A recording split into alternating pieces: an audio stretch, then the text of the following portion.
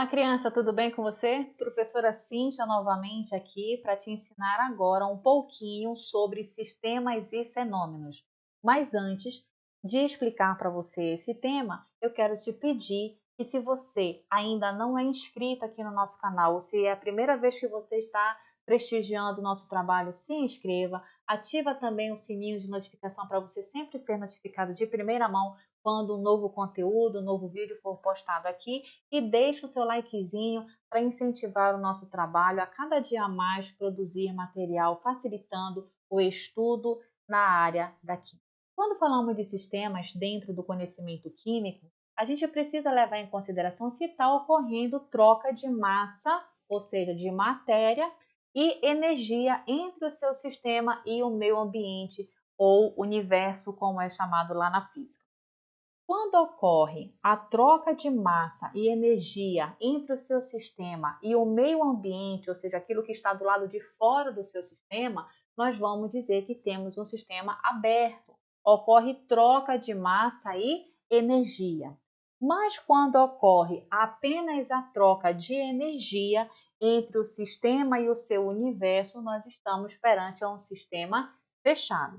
E quando não ocorre troca nem de massa nem de energia, o sistema é chamado de isolado. E para você entender melhor isso, eu trago para você aqui a imagem de um copo com água, onde você percebe que a água está em contato com o universo, está em contato com o meio ambiente, assim como está ocorrendo troca de energia, ou seja, troca de calor entre o sistema e o meio ambiente. Então, eu digo que esse copo com água é exemplo de um sistema aberto.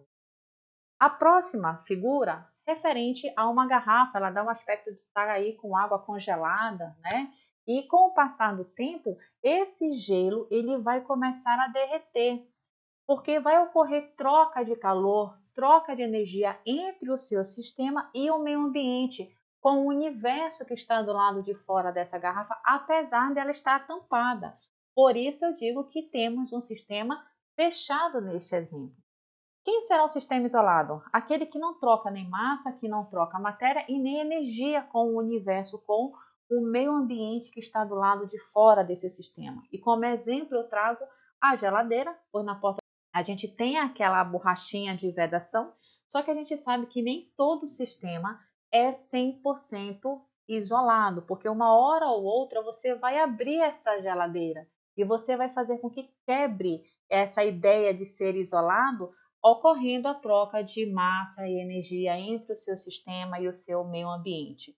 Isso ocorre também, como exemplo, na sua panela de pressão. A panela de pressão ela tem uma vedação lá na borracha, onde deveria ser um sistema isolado, mas não é. Uma hora ou outra, a sua pressão pelo pininho vai começar a fugir, você vai ter que abrir a sua panela com segurança para tirar o seu feijão ali de dentro. Por isso, nenhum sistema é 100% isolado dentro da sua natureza. Deu para entender isso daí? Na sequência, esses sistemas que foram classificados agora como sistema aberto, fechado e isolado, eles podem ser também caracterizados por alguns tipos que eu trago para você aí na imagem. Observa que você tem dois copos, sistema aberto, onde no primeiro copo você tem água e açúcar, mas você não consegue perceber onde está o açúcar, porque ele está completamente dissolvido na água, enquanto na segunda você já tem nitidamente a separação entre óleo e água. Quando isso acontece, criança, a gente classifica esse sistema, reclassifica, na verdade, em sistemas homogêneo e heterogêneo. Quem vai ser o sistema homogêneo? É aquele que eu olho e vejo só um aspecto, do início ao fim.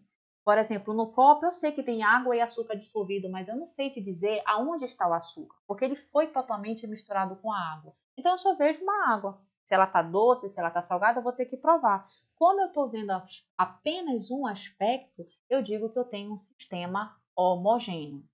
Já quando eu olho para o copo com água e óleo, eu já vejo duas coisas diferentes. Eu já vejo duas fases diferentes. Então, eu estou perante um sistema heterogêneo, heterodiferente, porque eu tenho a fase do óleo e tenho a fase da água.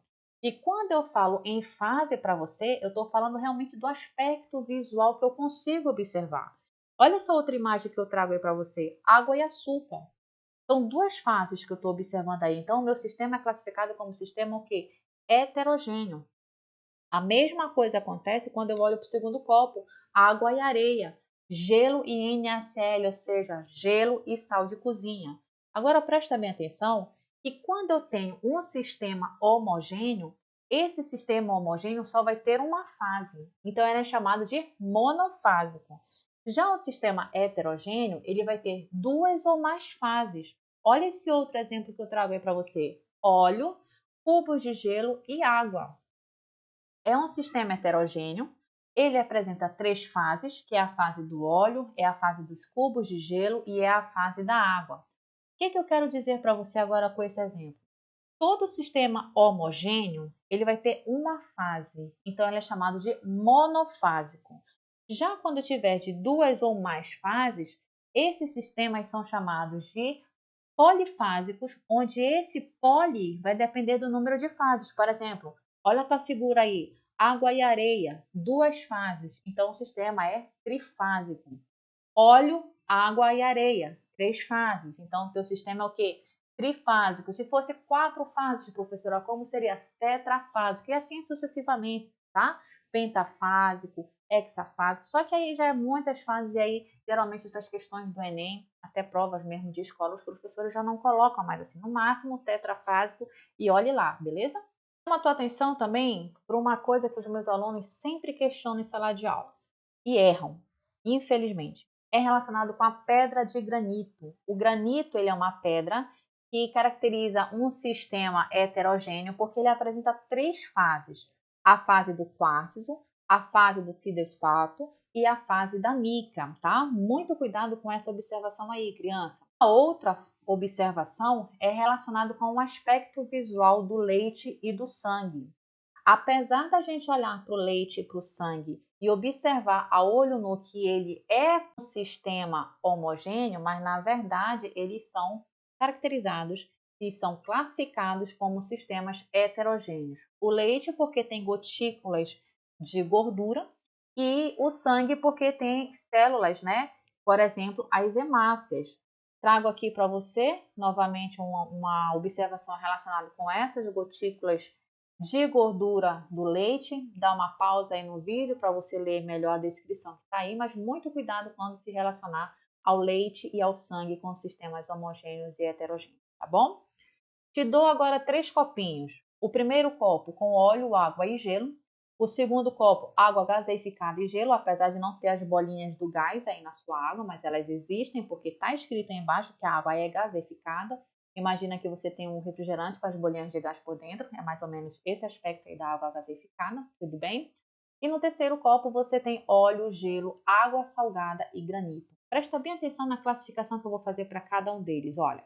No copo 1, eu vou ter um sistema heterogêneo, onde eu consigo ver e dizer para você que eu tenho apenas dois constituintes, tá? Dois componentes, o óleo e a água. Só que apresenta o quê? Três fases, onde eu tenho a fase do óleo, da água líquida e do gelo, que é a água no estado sólido.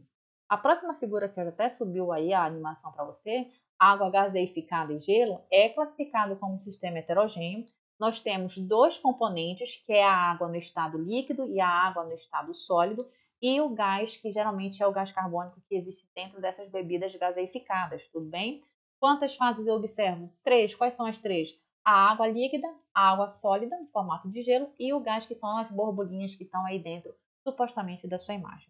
Por último, temos o outro sistema, que é um sistema heterogêneo também, onde como componente eu tenho o óleo, eu tenho a água tanto no estado líquido quanto no estado sólido, que é o gelo, tenho o sal, porque essa água aí é salgada, e o granito, que é dividido em quartzo, feldespato e mica. Quantas fases eu tenho? 6 fases, gente.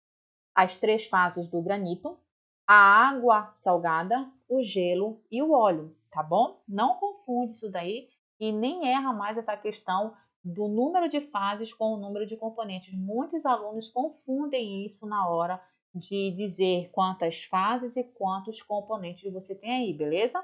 Na sequência, agora, eu trago para você o conceito de fenômeno, onde o fenômeno é qualquer transformação, é qualquer alteração que vai ocorrer na sua matéria, seja de forma natural ou seja provocada pelo homem. E aí esses fenômenos eles podem ser classificados como fenômenos físicos e como fenômenos químicos. Quem são os fenômenos físicos? Os fenômenos físicos são aqueles que não vão alterar a sua constituição da matéria. Era água no início, ocorreu o fenômeno, vou ter água no final, tudo bem? Era lata de alumínio no início, vai chegar no processo do final do seu fenômeno, vai continuar sendo lata de alumínio. Então, o fenômeno físico não altera a sua matéria. É o exemplo que eu trago aí para você dessa latinha inteira, ela foi amassada, só porque ela foi amassada, ela deixou de ser uma lata de alumínio? Não, a constituição dela, alumínio, continuou a mesma, tá?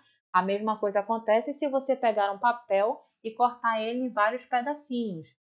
Antes você tinha uma folha de papel sem ser cortada, inteira, mas a partir do momento que você cortou, ela só foi o quê? Picada, só foi transformada em pedacinhos.